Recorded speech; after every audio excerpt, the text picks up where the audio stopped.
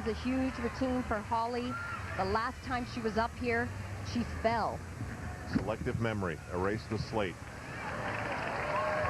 Think how hard it has to be to really try and do that. She's got a lot to erase, though, Al. And she's got a huge, difficult combination right here. Flip-flop right into a back with a full. She fell night one. That's hangs on night two.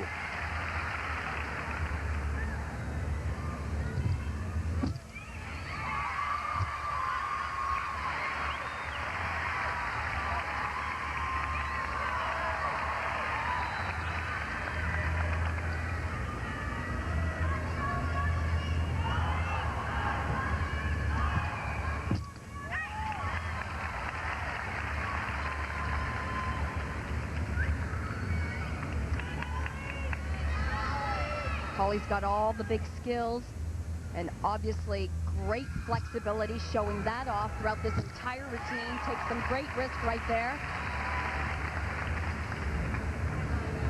Setting up just for the dismount. Last skill. She does a combination. 3 elements and ends with a double back.